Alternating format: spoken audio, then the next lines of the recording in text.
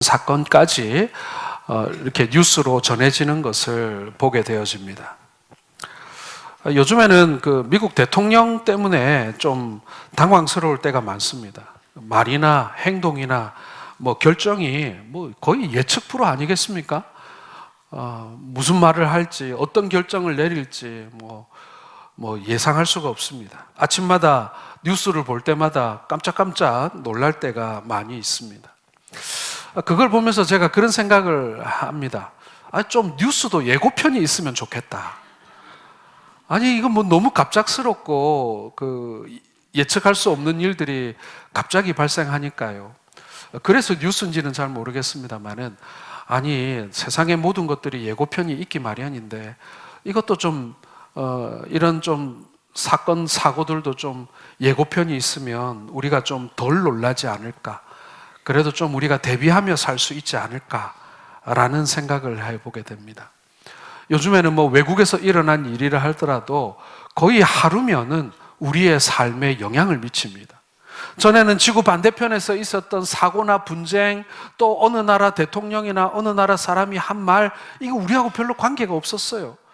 그런데 요즘에는 어떻습니까? 거의 영향을 미치는 것도 일주일, 한 달 시차가 있는 게 아니라 거의 하루면 우리에게 직접적인 영향을 미치게 됩니다.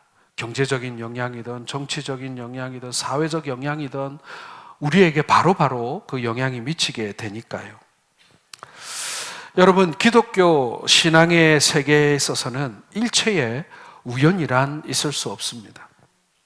지구상에서 일어나는 일들, 지진이나 자연재해나 전쟁이나 혹은 정치 사회적인 모든 일들 가운데 하나님의 통치와 하나님의 섭리를 보여주는 그 시대의 표적이 거기에 담겨 있다라는 사실을 우리는 알아야 하는 것입니다.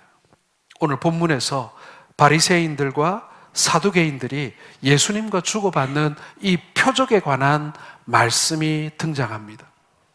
이 표적이라는 것은요, 기적과 이적이라는 뜻도 되지만은 표시, 표지라는 의미도 담겨져 있습니다. 자, 1절에 보면요, 바리새인과 사두개인들이 예수님을 시험하여서 하늘에서 오는 표적 보기를 청하고 있습니다. 여러분, 바리새인이라는 말은요, 이 파리사이오스라고 하는 뜻인데요, 이 히브리어 파라쉐에서 나온 말입니다. 무슨 뜻이냐면 분리된 자들, 나누어진 자들, 구별된 자들, 이런 뜻을 담고 있습니다. 그리고 사두개인들은요, 예전에 다윗과 솔로몬 시대의 제사장이었던 사독이라는 제사장이 있죠. 이 사독이라는 이름의 뜻은 의로움이라는 뜻인데요, 이 사독 제사장의 반열을 따라서 이 쭉 배출되어진 그 제사장 그룹들, 그 제사장 계층들을 사두개인, 그러니까 사독의 사람들이라는 뜻으로 그들을 그렇게 불렀습니다. 이 바리새인들과 이 사두개인들은 그 당시 대제사장이 되기도 하고 또 예루살렘의 유력한 정치인이 되기도 해서 귀족 계급을 이루고 있었던 그런 사람들입니다. 그런데 이 두 계파는요, 서로가 너무 많이 달랐어요. 바리새인은 극단적인 보수파들이었습니다. 율법은 물론이거니와 조상들의 유전과 천사와 부활과 영혼 불멸과 내세를 믿었고요. 그리고 메시아를 기다리는 그런 사람들이었습니다. 반면에 이 사두개인들은요, 진보적인 현실주의자들이었습니다. 내세도 믿지 않았고, 그러니까 천국을 믿지 않았다는 얘기죠. 그리고 천사나 부활도 다 부정하는 그런 사람들이었습니다. 이렇게 사두개인들과 바리새인들은 서로 교리도 달랐고 세계관도 달랐기 때문에 이 사람들은 정치적으로도 아주 적대적인 그런 관계를 형성하고 있었던 사람입니다. 그런데 말입니다, 그럼에도 불구하고 이 두 사람들, 바리새인들과 이 사두개인들, 이 두 부류의 사람들이 지금 예수 그리스도를 시험하는 이 악한 일에 있어서는 지금 함께 연합을 하고 있는 것입니다. 악한 자들은 선을 대적함에 있어서 항상 한편이 됩니다. 비록 자기들끼리는 서로 구별되고 나누어질지언정 선을 대적하는 데 있어서는 언제나 함께 공동 보조를 취하고 있는 거예요. 여러분, 얼마 전에 뉴스 보셨습니까? 그 이단들이 말이죠. 그 사람들을 모으고, 그러니까 포교를 하는 거죠. 포교를 하고 그 다음에 정치권에다가 돈을 대고 하는 일에 서로 노하우가 있는 것 같아요. 그래가지고 좀 노하우가 있는 이단이 그 노하우를 배우려고 하는 이단에게 강사를 보내가지고 세미나를 해줬다. 이런 뉴스를 본 적이 있습니다. 나쁜 일을 할 때도 전문성이 있고 더 잘하는 데와 좀 못하는 데가 있어가지고 좀 잘하는 데 가가지고 지금 배우는 거예요. 못하는 데 있으면 가르쳐주고. 이들도 서로 섞일 수 없는 존재들인데 선을 행하는 데 있어서, 악을 행하는 데 있어서는 그렇게 연합하는 것을 보게 되는 것입니다. 자, 바리새인들과 이 사두개인들이 함께 와서 예수님께서 하늘로부터 오는 표적 구하기를 요청했습니다. 여러분, 정말 실로 어처구니 없는 일이 아닐 수가 없어요. 왜냐하면은 예수님께서 지금 공생애를 시작하신 것이 어제 오늘의 일이 아니거든요. 이미 1년이 넘게 예수님께서는 갈릴리 지역과 유대 지역에서 복음을 전하시고 그리고 많은 이적을 이미 행하신 이유였단 말이에요. 그런데 그것을 그 기간 동안 예수님이 메시아 되심을 분명히 드러내는 표적들을 수없이 보여주셨음에도 불구하고 오늘 이 사람들은 또 다른 표적을 지금 구하고 있는 것입니다. 여러분, 마태복음 16장 우리 지금 살펴보고 있는데요, 16장 이전에만 살펴봐도요 얼마나 많은 이적들이 등장하는지 몰라요. 문둥병자를 깨끗하게 하셨고, 백부장의 하인의 병을 말씀 한마디로 고쳐주셨고, 바람과 파도를 꾸짖어 잔잔하게 해주셨고, 각종 귀신 들린 자들에게서 귀신을 쫓아주셨고요, 중풍병자를 고쳐주시기도 했고, 소경의 눈을 뜨게도 하셨고, 12해 혈류증 앓던 여인을 고쳐주기도 하셨고, 회당장 야이로의 죽은 딸도 살려주셨고, 말 못하는 사람의 입을 에바다 열어주시기도 하셨고요, 오병이어로 5,000명을 먹이신 기적도 행하셨고, 심지어는 무리를 걸어오시기도 하셨다라는 것입니다. 예수님께서 정말 많은 이적을 행하셨어요. 이전의 역사에 한 번도 등장한 적이 없고 그렇게 행한 적이 없는 그런 놀라운 이적들을 예수님께서 다 보여주셨습니다. 여러분, 예수님께서 하늘로부터 오신 표적이 메시아로서의 자격이 이미 충분하지 않습니까? 그런데도 바리새인들과 사두개인들은 예수님께 나와서 또 다른 표적을 요청하고 있는 것입니다. 여러분, 바리새인들이나 사두개인들이요 한 번도 예수님 만난 적도 없고 본 적도 없고 들은 적도 없으면, 처음 보는 사람이면 우리한테 한번 표적을 한번 보여봐라 그럴 수도 있어요. 그런데 여러분, 사람의 호기심이라는 게 그런 게 아니잖아요. 바리새인들과 서기관들, 이 사두개인들은요 이미 몰래 아니면은 드러내놓고 이미 예수님이 말씀 전할 때 이 예수라는 이 목수가 무슨 말을 하나 궁금해서 가서 들어도 보고, 또 예수님께서 이적을 행할 때 이 진짜 뭐 사기 아니야? 내가 한번 가서 밝혀봐야지 라고 하면서 이미 신분을 숨기고 이미 가서 다 봤다니까요. 그냥 누구한테 들은 얘기가 아니라 이 바리새인들과 사두개인들은요 이미 예수를 넘어뜨려 보고 흠잡고 싶어서요 이미 다 예수님이 하시는 것을 본 적이 있는 사람들이에요.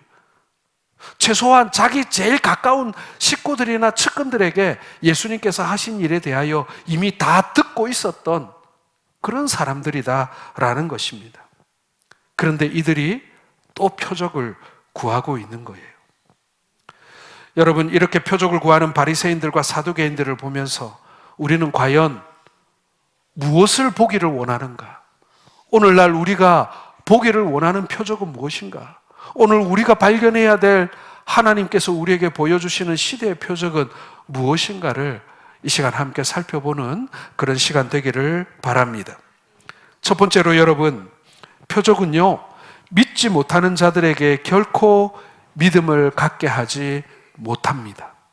쉽게 말씀드려서요, 내가 표적만 보면, 내가 기적 한번 보면 나는 믿을 수 있겠다, 한번 보여봐라, 절대로 그게 안 된다는 거예요. 믿음은 그렇게 생기는 것이 아니라는 거죠. 앞에서 언급한 대로 사실 예수님은 너무 많은 표적을 보여주셨습니다. 그 많은 표적을 보고도 이 사람들이 다시 표적을 구하고 있는데, 이 말씀은요, 이 사람들에게 아무리 많은 표적을 보여주어도 그들은 결코 믿음을 갖지 못한다라는 그것을 우리에게 말씀해 주고 있는 거예요. 오히려 여러분, 믿음이 표적을 표적으로 보게 하는 겁니다. 즉, 믿음이 없는 자에게는 아무리 분명하고 확실한 표적이 보여도 그것을 표적으로 여기지 못하고 의심한다는 얘기입니다. 그러나 믿음이 있는 자들은 어떠냐?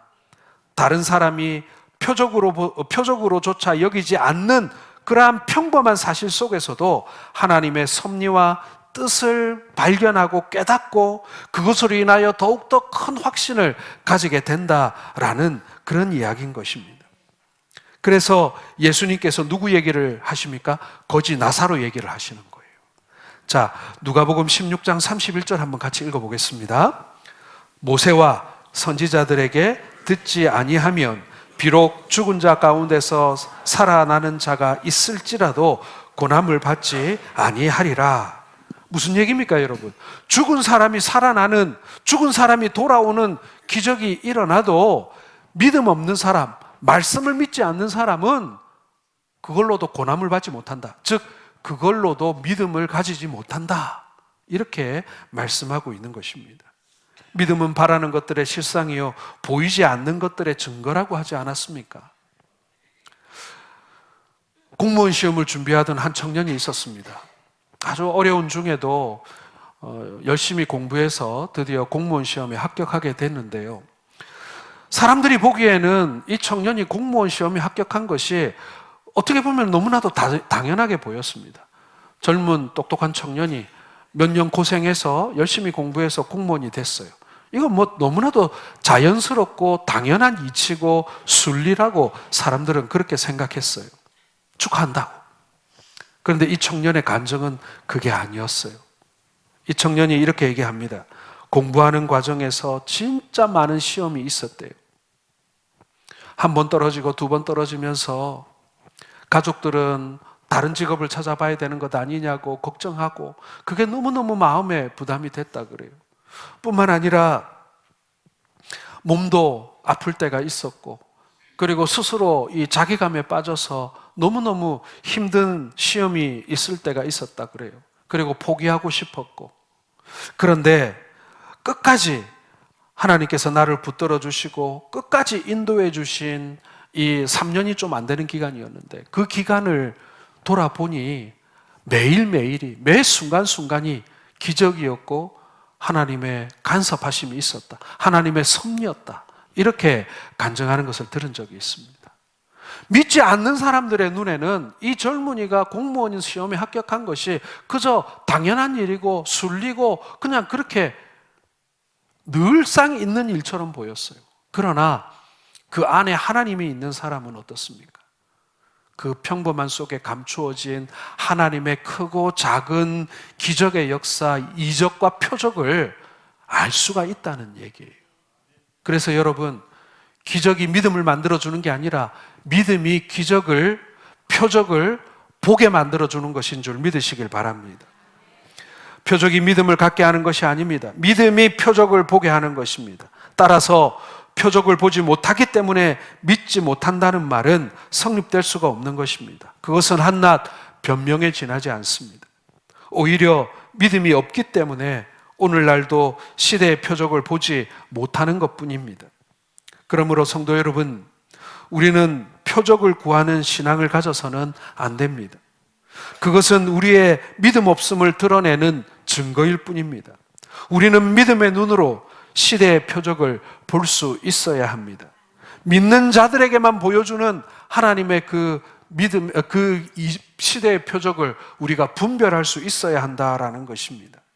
그럴 때 우리의 신앙은 더욱더 견고해지고 온전하게 되는 줄 믿으시길 바랍니다. 전에 서울에서 제가 사역하던 교회에는 교회당 밑으로 지하철이 지나가고 있었어요. 그래서 예배를 드리고 있다 보면 지하철이 덜커덕 덜커덕 덜커덕 하고 지나가는 소리가 들립니다. 그런데 눈에는 보이지 않아요. 그런데 그 소리를 들으면 지금 예배 시간에 밑으로 지하철 8호선이 지나가고 있다는 것을 알게 되지 않습니까? 그런 것처럼 여러분, 사실은 하나님의 놀라운 역사, 하나님의 표적은요, 우리 눈에 명확히 보이지 않을 때도 있습니다. 그러나 우리는 느낄 수 있습니다. 우리는 고백할 수 있습니다.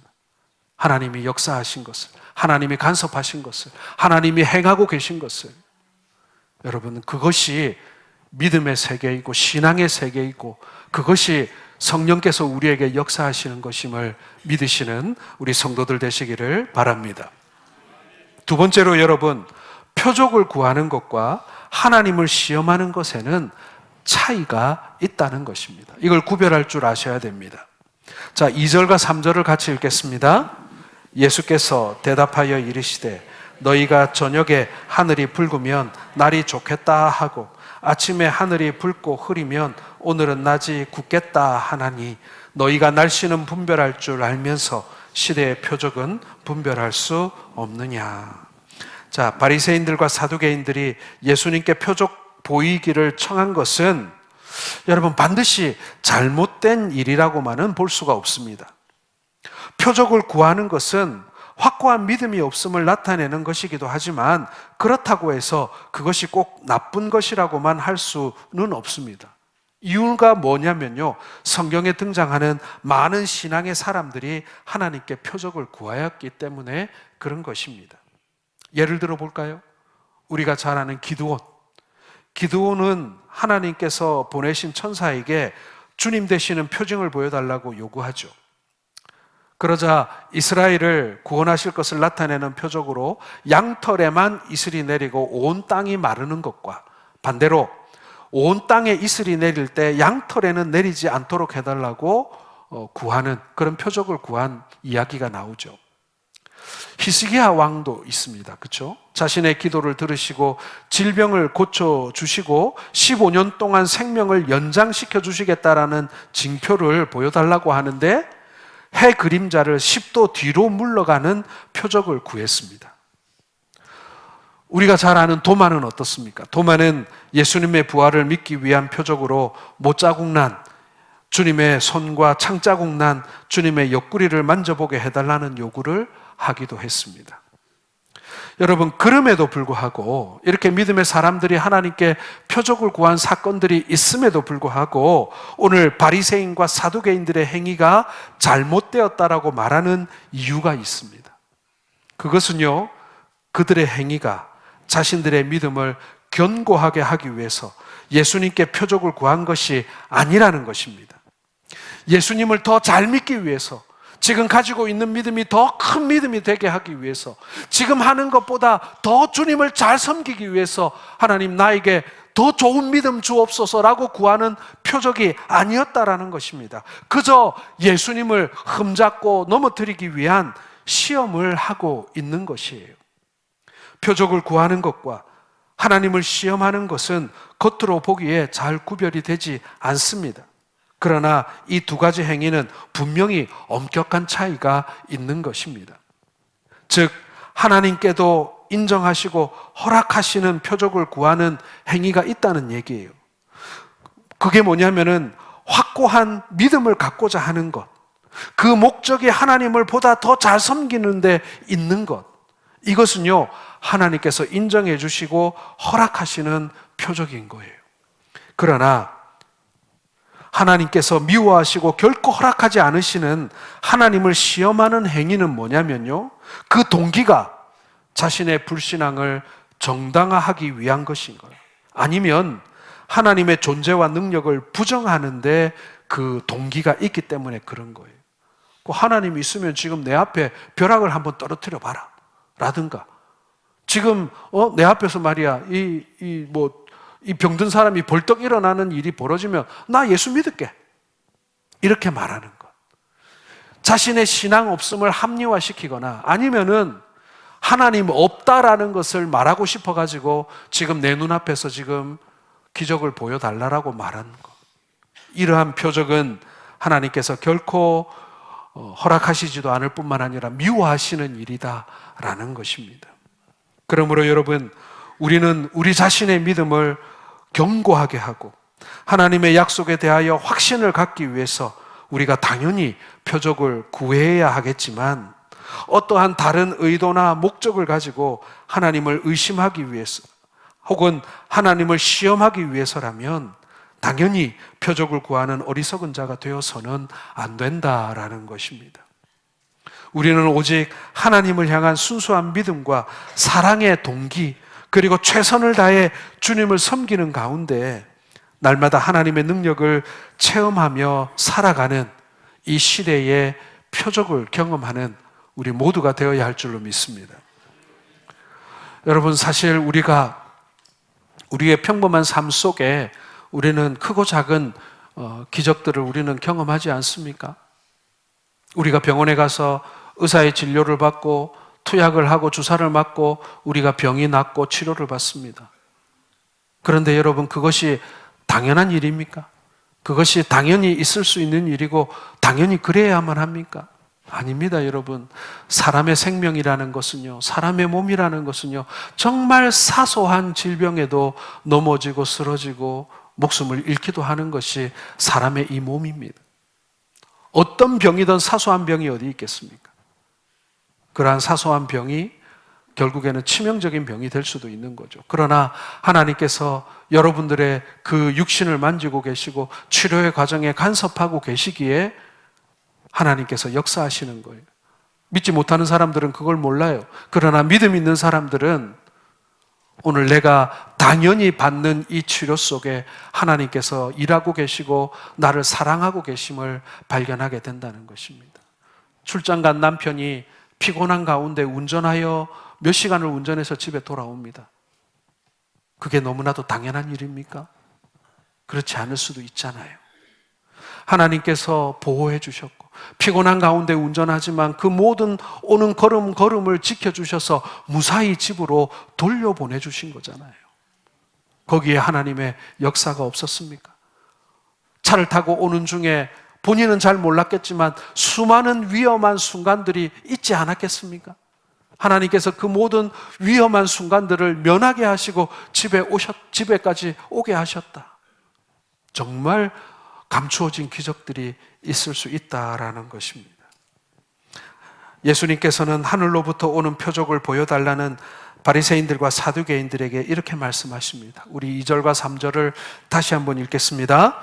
너희가 저녁에 하늘이 붉으면 날이 좋겠다 하고 아침에 하늘이 붉고 흐리면 오늘은 날이 굳겠다 하나니 너희가 날씨는 분별할 줄 알면서 시대의 표적은 분별할 수 없느냐, 이렇게 책망하십니다. 이 말씀은요, 시대의 표적을 분별하는 것이 날씨를 분별하는 것보다 쉽다는 말씀이 아닙니다. 어떻게 시대의 표적을 분별하는 것이 하늘을 보고 날씨를 예측하는 것보다 쉬울 수가 있겠습니까? 그럴 수 없습니다. 따라서 이 말씀은요, 시대의 표적을 분별하는 것이 날씨를 분별하는 것보다 쉽다는 말씀이 아니라 시대의 표적을 분별하는 일이 훨씬 중요하다라는 그런 뜻인 것입니다. 즉 일상사에 영향을 줄 수 있는 하찮은 이치들은 분별할 줄 알면서 오늘 옷을 어떻게 입고 가야 되지? 오늘 우산을 들고 나가야 되나? 이런 것 때문에 일기예보를 보고 날씨도 한번 살펴보고 하늘도 한번 쳐다보는 그런 것들은 분별할 줄 알면서 어떻게 인간의 역사 전체를 좌우할 수 있는 시대의 표적은 분별할지 모르냐라는 그런 말씀인 것입니다. 이들이 반드시 분별할 줄 알아야 했던 것은 하찮은 날씨 정도가 아니었습니다. 날씨는 분별하지 못한다고 해서 그들이 당할 수 있는 일이라고는 고작 비를 맞는 것 정도 아니었겠습니까? 그러나 이들이 시대의 표적을 분별하지 못한 것은 하나님의 뜻에 무관한 삶을 살거나 혹은 하나님의 뜻에 역행하는 삶을 살다가 마침내 준엄한 하나님의 심판과 형벌을 받게 되는 그런 것 아니겠습니까? 어떤 게 더 중요합니까? 어떤 게 더 엄청난 것입니까? 이것은 오늘날 우리에게도 마찬가지입니다.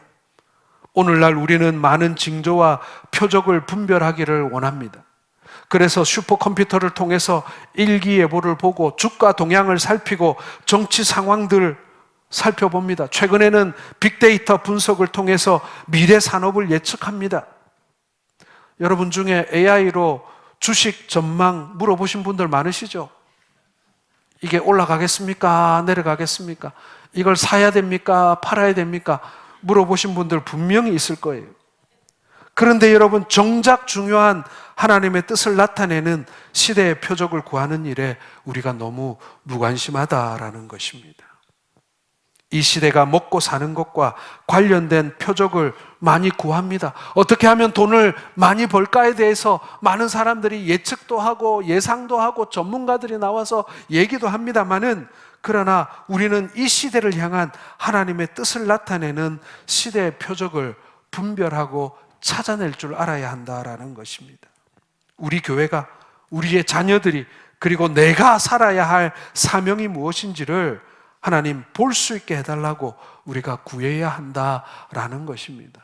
우리 믿는 자들이 믿지 않는 자들과 어떻게 다르게 살아야 하는지, 그리고 어떻게 다른 인생을 살아 하나님의 뜻을 이루어가는 삶을 살아야 하는지를, 그 길을 보여달라고, 그 다른 길을 우리에게 보여주시기를 우리가 구해야 한다라는 것입니다. 그래서 예수님께서 우리에게 답을 주고 계십니다. 오늘 우리가 구해야 할 표적이 무엇이라고요? 요나의 표적이라고 말씀하고 있습니다. 4절 말씀 같이 읽겠습니다.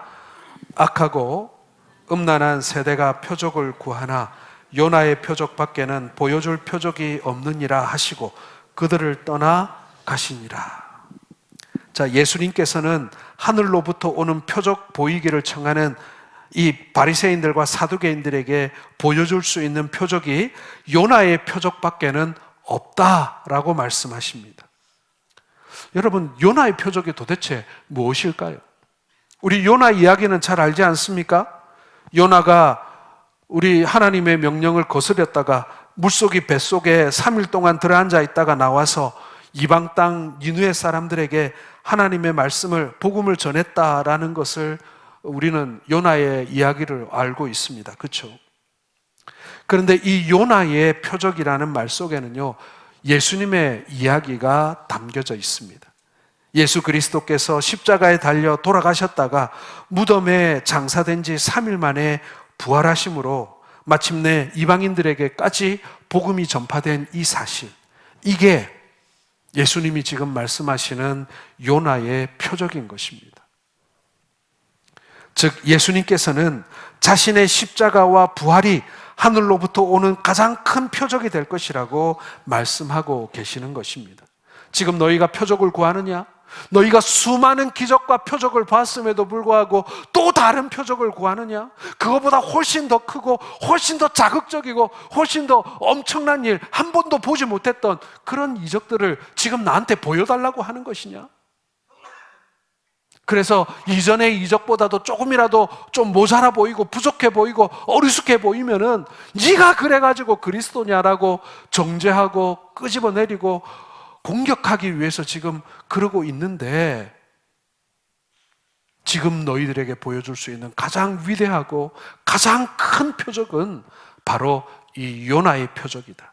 다시 말씀드려서 십자가의 죽으심과 부활에 관한 이야기다 라고 예수님은 말씀하고 있습니다. 그렇습니다, 여러분. 예수 그리스도께서 메시아 되심을 보여주시는 가장 큰 표적이 바로 십자가와 부활이라는 것입니다. 역사는 너무나도 분명하게 예수께서 성경이 말씀하고 있는 바로 메시아이심을 보여주고 있습니다. 누구든지 예수 그리스도의 죽음과 부활, 그리고 이후에 이방인들에게 복음이 전해지는 가운데 진행되어져 온 인류 역사를 살펴본다면 예수 그리스도께서 인간의 참 구원자 되시고, 그리고 인간의 모든 역사는 바로 예수께서 인간을 구속하시는 과정, 인류를 구속하시는 역사라는 사실을 부인할 수 없을 것입니다. 우리가 우리의 역사를 되돌아보면 하나님께서 이 시대를 이끌어가고 계시고 예수 그리스도의 십자가와 복음 그리고 부활의 사건이 바로 우리의 역사를 만들어가는 하나님의 시대의 표적이라는 사실을 우리는 알게 된다는 것입니다. 그럼에도 불구하고 오늘날 많은 사람들이요, 이와 같은 예수 그리스도의 명백한 표적을 외면하고 살고 있습니다. 마치 바리새인들과 사두개인들처럼 예수 그리스도께서 인간의 구원자 되심을 증명할 수 있는 하늘로부터의 또 다른 표적을 보여달라고 요구하고 있는 것입니다. 이 얼마나 어리석은 일입니까? 예수를 믿느니 내 주먹을 믿겠다 그러지 않나? 그리고 이 세상의 어떠한 존재보다도 돈을 가장 위대한 우상으로 섬기고 있는 이 시대의 사람들, 그 시대에 바로 이 사람들에게 있어 예수님께서 보여주시는 가장 분명한 표적이 바로 십자가와 부활이라는 것입니다. 사랑하는 성도 여러분, 우리는 역사를 통해 예수 그리스도의 메시아 되심을 분명히 확신할 수 있어야 합니다.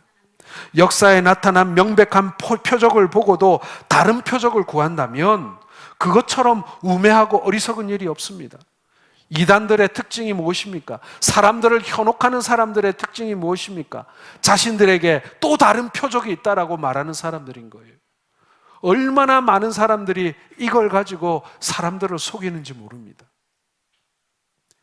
예수 그리스도 외에는 다른 표적이 있을 수 없습니다, 여러분.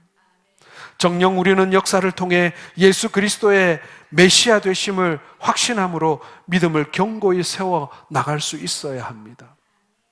여러분, 앞으로 세상이 어떻게 흘러갈지 궁금하십니까? 앞으로 세상이 어떻게 변해갈지 혹시 궁금하십니까?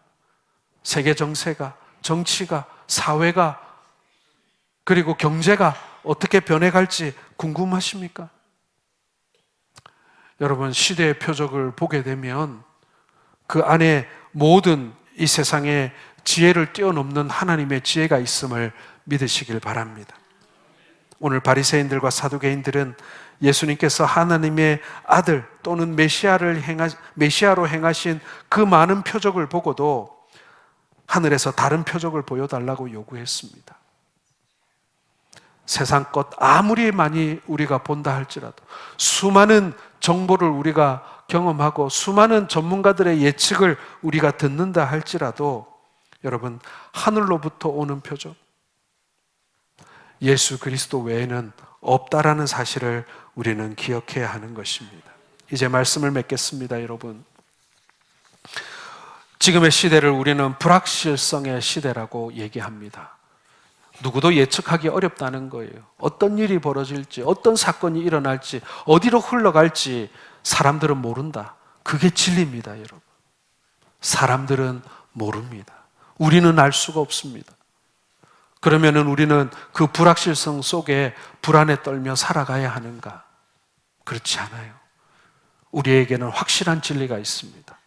바로 예수 그리스도의 십자가와 부활의 사건이 우리의 삶을 규정지어주고 우리의 삶을 불안에서 소망으로 바꾸어주고 우리의 삶을 불확실성에서 확실한 삶, 확실한 진리로 바꾸어줄 줄로 믿으시길 바랍니다. 이걸 우리가 붙들어야 우리가 세상에서 엄한 짓 안 하는 거예요. 우리가 세상에서 방황하지 않는 거예요. 엉뚱한 곳 가서 기웃거리지 않는 거예요. 저는 왜 예수 믿는 사람들이 그렇게 엉뚱한 곳 가서 기웃거리는지 모르겠어요. 여러분, 믿는 자들에게 품격이 있습니다. 믿는 사람들에게는 바울이 말했던 고상함이 있습니다. 그러니 아무데나 가서 고개 숙이지 마세요. 아무데나 가서 허리 굽히지 마시고요. 아무데나 가서 기웃기웃거리지 마세요. 예수 믿는 사람들에게는 세상의 그 어떤 사람들도 소유하지 못한 최고의 보화가 우리에게 있습니다. 우리가 최고의 부자인데, 우리가 최고의 권세자인데, 여러분, 우리가 어디 가서 재물을 구하고 우리가 어디 가서 권세를 구한다는 말입니까? 우리 주님 안에 있는 이 놀라운 능력, 우리 주님 안에 담겨져 있는 이 보화를 여러분, 시대의 표적을 분별함으로 소유하시는 우리 모든 성도들 되시기를 주님의 이름으로 축원합니다. 기도하겠습니다.